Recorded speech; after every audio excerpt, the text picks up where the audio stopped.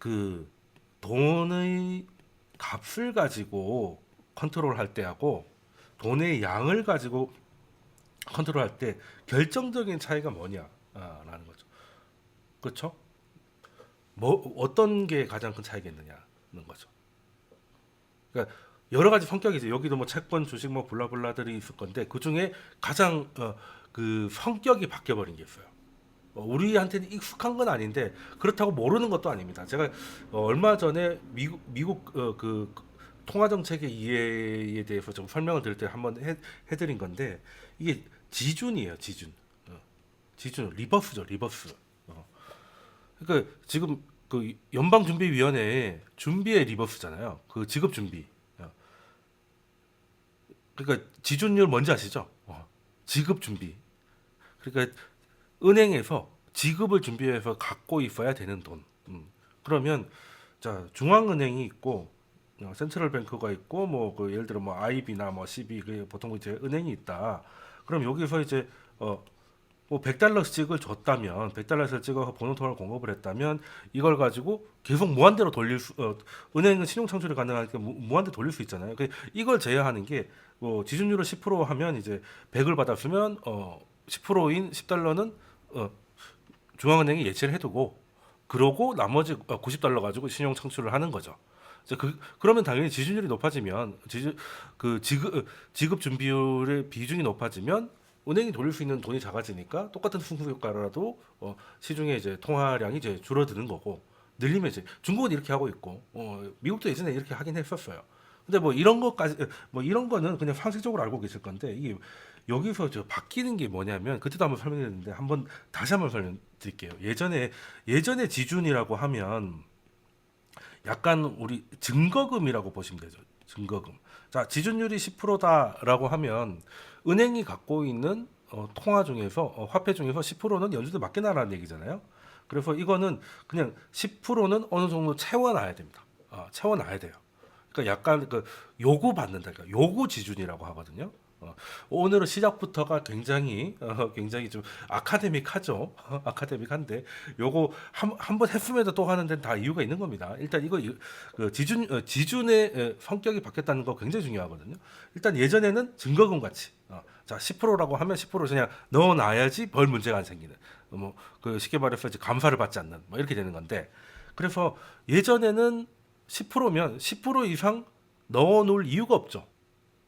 이건 그냥 증거금이니까 우리가 예를 들어서 선물 같은 거 거래할 때 증거금 뭐한 계약당 600만 원이다라고 하면 한 계약할 때 600만 원 넣지 여유를 위해서 뭐 미리 막 2천만 원씩 이렇게 넣지 않잖아요. 그래서 딱 그냥 필요한 만큼만 넣는단 말이에요. 그러면 이때는 그 증거금의 말 그대로 증거금이고 약간 요구되는 것이고 그리고 이것 때문에 은행들은 딱 여기에 맞춰서 지준을 연준에다가 예탁해 놓을 거기 때문에 연준 입장에서 뭐가 편해요? 은행의 지준이 얼마나 있고 얼마나 움직이고 있는지가 바로바로 보이죠. 왜? 딱 자기들이 하란 대로만 딱 맞출 테니까. 그죠?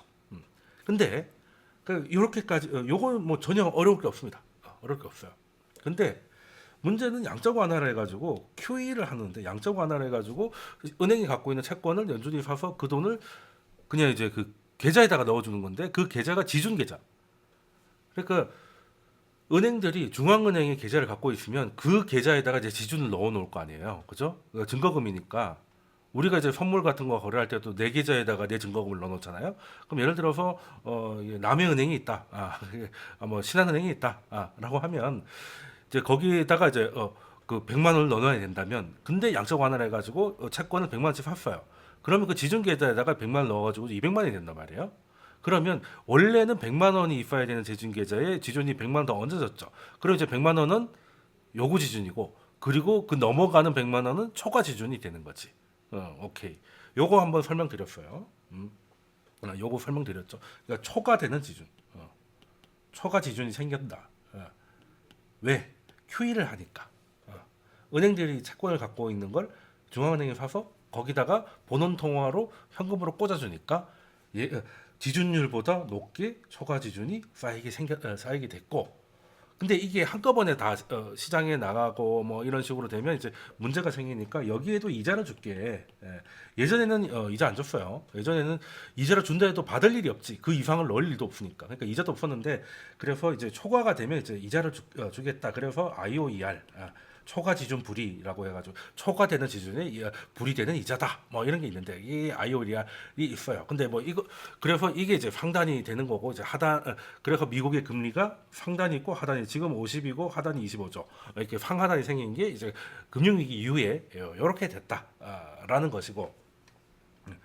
그러면 이제 요거까지 이해가 됐죠. 은행들이 이제 초과되는 지준을 가지게 되는 환경이 이 양적 완화 이후에 생겼구나. 그러면 이제 그 이후에 이제 코로나를 거치면서 지금은 중단됐지만 월 1,200억 달러씩 양적 완화를 하면서 계속 그 말은 1,200억 달러씩 지준 계좌에 돈이 꽂혔다는 거죠. 전체 은행에 대해서. 그러면 이제 초과 지준이 점점 높아지겠지. 높아질 것이고 그러면 여유가 많아지는데 근데 초과 지준에 그냥 예전에 못 받았던 이자를 받는 수준이 아니라 요게 초과 지준이 예전에는 이제 이자도 받을 수 있고 그리고 이거 위험도를 봤을 때 초과 지준이 위험할까요? 아니면 미국 국채를 갖고 있는 게 위험할까요? 은행 입장에서 정말 작은 리스크지만 두 개를 굳이 따진다면 미국채가 위험해 아니면 초과 지준이 위험해. 은행이 이제 그 돈을 갖고 있을 때 뭐 채권 수익률이 둘째치고 당연히 초과 지준이 안전하죠. 왜? 아니 연준 계좌에 있는 거잖아. 연준에 있는 우리의 계좌에 거기 돈이 들어가 있는 거잖아. 그럼 국채는 국채는 팔아야 현금이 되잖아요. 국채는 현금이 아니고 채권이잖아. 그러면 팔아야 돼. 이거 유동성 위험이라고 팔아야 될 때 못 팔 수도 있잖아. 그죠? 우리 코로나 때도 그랬습니다. 코로나 때는 현금이 너무 급하니까 미국 국채를 집어던졌거든. 예. 아니 우리 월급 줄 때 뭐 이렇게 채권 줄 수 없잖아요. 현금 줘야 될 거 아니야. 그죠? 물론 받겠다는 사람이 있어도 월급 통장에 어떻게 채권을 넣어줘요? 현금으로 들어가야 되는 거지. 근데 초과지수는 그 자체가 현금이니까 유동성 위험이 없잖아. 그러니까 미국 국채가 부도 위험이 없다고 하더라도 여기에 저 유동성 위험이라는 게 있긴 있어요. 없다고 보기는 어렵지. 모든 사람이 채권을 팔아서 현금으로 팔려고 하면 사는 사람이 부족할 테니까 내가 생각한 가격에 못 팔 수도 있는 그런 유동성 위험이 있는데 초과지수는 인출만한 것만이니까 그런 것도 없다. 세상에서 가장 안전한 자산이다. 근데 현금만 들고 있으면 있는 것보다는 차라리 나은 게 이자도 준다는 것이고 그리고 은행들이 요즘 규제를 많이 받잖아요. 저거 이거 따지고 저거 따지고 뭐 스트레스 해가지고 또 뭐 주가가 반토막 나고 채권 시장이 이렇게 되면 뭐 이 은행은 얼마나 손실을 보는지 이런 것들 다 테스트한단 말이에요. 그럴 때 가장 안전한 초과 지준이 많이 있으면 그만큼 그 스트레스 테스트 할 때 무사히 넘어갈 확률이 높아지죠. 그러니까 큰 은행일수록 초과 지준에 대해서 만족도가 컸다는 거지. 그냥 이거 게다가 또 채권 이자가 높았으면은 초과 지준 불이라고 해봐야 해봐야 뭐 상단이긴 해도 워낙 금리가 낮았으니까 뭐 낮긴 낮은데 근데 채권도 이제 아주 바닥이에요. 그러면 채권 넣으면 이 정도인데 초과 지준은 여러 가지 장점이 있는데 이 정도 주면 뭐 그냥 초과 지준 넣고 말지 뭐. 이런 상황이 돼서 초과 지준이 하나의 새로운 초유동성 초안전자산으로 자리를 잡았다라는 겁니다. 여기까지 이해하셨죠? 초과 지준이 끝내주는 안전자산이구나. 그리고 심지어 현금 창출 능력도 있구나. 금리가 또 올라가면 올라갈수록 초과지준 불이드가 금리의 상단이니까 같이 올라갈 거 아니에요. 당연히 그 한 세트니까.